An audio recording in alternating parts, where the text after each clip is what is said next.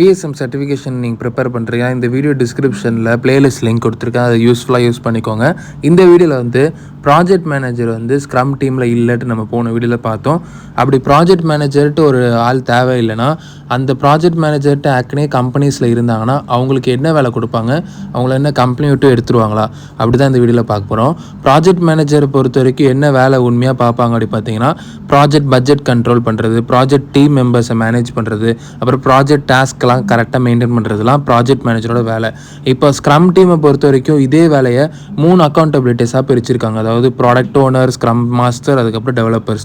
இவங்க 3 பேர் என்னென்ன வேலை பண்ணுவாங்க அப்படி பார்த்தீங்கன்னா, ப்ராடக்ட் ஓனர் வந்து அந்த ப்ராஜெக்ட் பட்ஜெட்டை பார்த்துப்பாங்க. அதுக்கப்புறம் ஸ்க்ரம் மாஸ்டர் வந்து டீம் மெம்பர் மேனேஜ்மெண்ட், அதுக்கப்புறம் ஸ்க்ரம் இம்ப்ளிமெண்டேஷன் பார்த்துப்பாங்க. டெவலப்பர்ஸ் வந்து டாஸ்க், அதாவது ப்ராஜெக்ட் டாஸ்க் வந்து டெவலப்பர்ஸ் பார்த்துப்பாங்க. இந்த மாதிரி 3 விதமாக பிரிச்சிருக்காங்க ஸ்க்ரம் டீமை பொறுத்த வரைக்கும். இந்த 3 விதத்தில் எந்த ஒரு பர்டிகுலரான ரோல் வந்து அந்த பர்டிகுலர் ப்ராஜெக்ட் மேனேஜருக்கு ஷூட் ஆகுதோ அந்த ரோலை வந்து அவங்க சூஸ் பண்ணிப்பாங்க.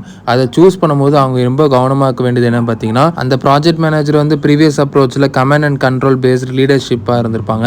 ஆனால் ஸ்க்ரம் டீமை பொறுத்த வரைக்கும் அந்த ஒரு லீடர்ஷிப்பே கிடையாது.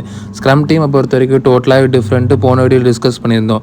அதனால் இங்கே வந்து அந்த ப்ராஜெக்ட் மேனேஜர் வந்து எந்த ஒரு ப்ராஜெக்ட் பிளானையும் டாஸ்க்கையும் கண்ட்ரோலிங் ஆக்டிவிட்டீஸ் அவங்க பண்ண முடியாது. ஏன்னா ஸ்க்ரம் டீமை பொறுத்த வரைக்கும் ஒரு டிசிஷன்னா டீம் டிசிஷனாக தான் இருக்கும். அதனால தான் நான் சொல்கிறேன். இப்போ வந்து ஒரு கொஸ்டின் பார்ப்போம். In self managing team the work is divided between individual team members.